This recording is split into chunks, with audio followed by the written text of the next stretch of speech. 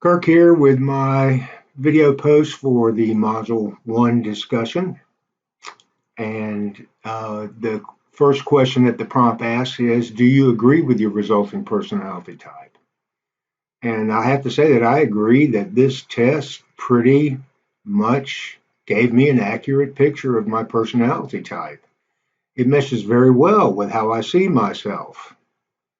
And I especially relate to the phrase used in the summary that I am a people-centric individual with lingering uncertainty.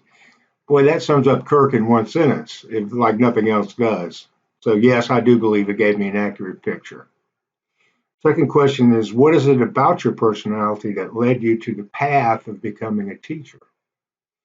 The main reason I chose the online teaching certification as my minor was to have a fallback income earning position just in case my thesis novel, my debut novel, did not become an immediate New York Times bestseller. No, I'm only kidding.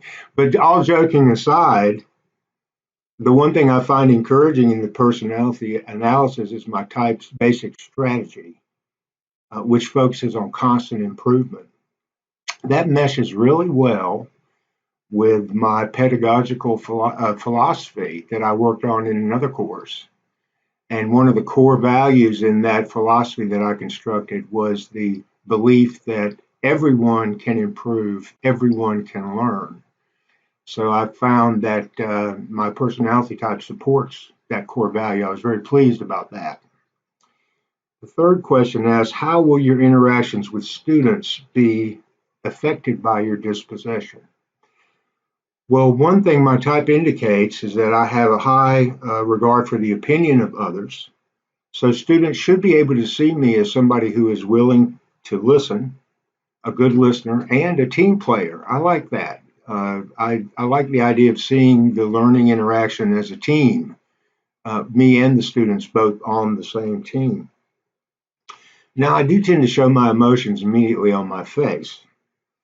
So students should also be able to see me as someone who is very open emotionally. But they may be affected negatively by my introversion, which might make me be a little quieter, a little less assertive than other teachers that they may have. The fourth question asks, identify the weaknesses in your personality that you will need to work on in relation to teaching. And I can see several areas that I need to improve on in order to really take advantage of developing emotional intelligence in my teaching. I have a strong tendency to self-doubt, and that makes me see failures as personal. And I need a strategy to mitigate that because I don't want my students to see their mistakes as personal failures. I want them to see their mistakes as an opportunity to improve. Also, I tend to be very self-conscious and I tend to be very self-critical when I'm in the spotlight. When the attention is focused on me, I tend to be uncomfortable, and that translates to a lot of self-doubt sometimes. So that lack of self-confidence may come across to other people, and that would not be a good quality to present to students. And lastly, my hypersensitivity puts me at risk for taking criticism personally. And although I am much better at processing criticism with enough time to do it, I can usually work through my initial emotional negative reaction to self-criticism if I have enough time to process it.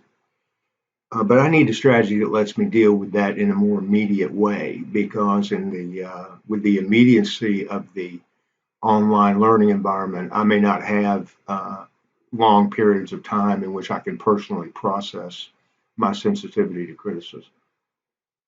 So anyway, those are my thoughts on Module 1. I'm eager to hear what you have to say, and this is Kirk signing off.